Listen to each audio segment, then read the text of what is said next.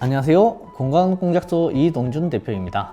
도배 영상 1편을 올렸더니 구독자분들께서 도배에 대해서 조금 더 세세하게 설명을 좀 넣어 주셨으면 한다 해서 2편을 찍어봤습니다. 2편에서는 이제 실크와 합지의 차이 그리고 고급 도배까지 나눠서 설명하고 도배 견적 내는 법, 금액 등 이렇게 좀 더 세밀하게 구성을 한번 잡아봤습니다. 먼저 재질에 대해서 알아보도록 하겠습니다. 합지는 우리가 흔히 알고 있는 종이 재질입니다. 그렇기 때문에 이물질이 묻는다든가 혹시 애기들이 낙서를 한다든지 그거를 제거하기 위해 물걸레질을 한다든지 이렇게 하지를 못합니다. 오염에 대해 상당히 취약하다고 볼 수 있습니다. 반면에 실크 벽지 같은 경우에는 종이 위에 PVC라는 비닐 재질로 한 번 더 코팅이 되어 있다고 보시면 됩니다. 오염이라든지 낙서를 했다든지 했을 경우 물걸레질이 가능합니다.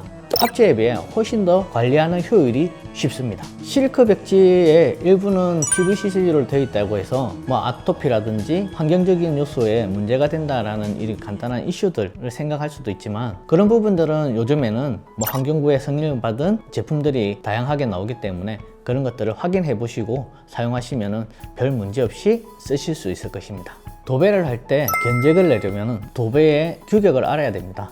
먼저 합지 같은 경우에는 한롤에 18m에 폭은 소폭과 광폭이 있습니다. 소폭은 53cm 정도가 나오고 광폭은 93cm 정도가 나옵니다. 실크 벽지 같은 경우에는 한롤당 15m가 나오고 그 폭은 105cm로 다 규격화되어 있습니다. 도배의 규격과 사이즈에 대해서 설명을 드렸습니다. 그렇다면 벽지 마감을 생각했을 때 어떤 벽지를 선택하는 게 좋을까요? 실크 벽지 같은 경우에는 맞댐 시공이라 해서 1대1로 딱 맞춰서 끊습니다. 그렇기 때문에 마감이 깔끔하게 떨어지는 장점이 있습니다. 무늬 같은 경우에도 딱딱 맞추기 때문에 별 문제 없이 깔끔하게 마감을 지을 수가 있습니다. 단점으로는 맞댐 시공을 하기 때문에 덧방 시공이 불가능합니다. 오염이 일어나갖고 파손이 된다든지 했을 경우에는 전체적으로 한 폭을 다 갈아야 되는 단점도 가지고 있습니다. 합지 같은 경우에는 덧댐 시공을 합니다. 이런 식으로 단이 진다고 보시면 되기 때문에 실크 벽지에 비해 마감이 다소 아쉬울 수가 있습니다. 그렇지만 장점도 있습니다. 혹시 오염이 일어난다든지 파손이 일어났을 경우에는 부분 보수가 가능합니다.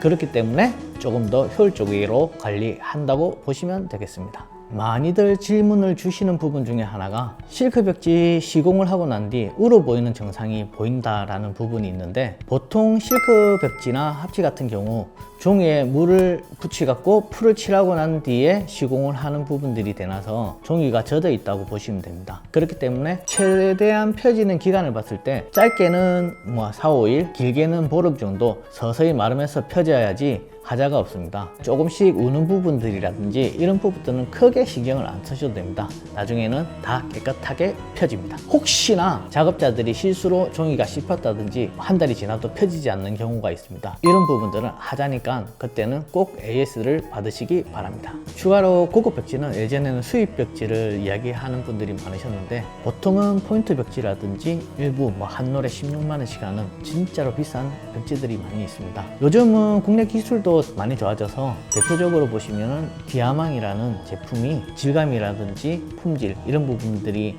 훨씬 좋아진 제품들이 있습니다. 그런 부분들을 선호하시면 사용하시면 좋고, 그만큼 비용도 확 올라간다고 생각하시면 되겠습니다. 그럼 마지막으로 도배 견적 내는 법을 알려드리겠습니다. 앞전에 설명드린 부분 한번 체크해 보시면은 한 롤에 합지든 실크든 5평이 나온다고 가정을 했을 경우, 보통 도배사 한 명에서 바를 수 있는 부분이 실크 같은 경우에는 15평에서 20평, 그리고 합지 같은 경우에는 30평 정도를 바를 수가 있습니다. 요거를 대입해 보자 하면은 실크 벽지를 30평으로 바른다고 했을 때 보통 집은 4면이 구성되기 때문에 한 명에서 바를 수 있는 게 15평이라 했으니까 보통 7품이 나옵니다. 그럼 실크를 30평 전체를 바른다고 봤을 때는 총 7명이 소요된다는 얘기겠죠. 합지 같은 경우에는 한 명이 바를 수 있는 게 30평이라고 말씀드렸지 않습니까? 105평 나누기 30 하면은 3.5명이 나옵니다. 그러면 반올림에서 4명이 시공한다고 보시면 되겠고, 금액을 따졌을 때는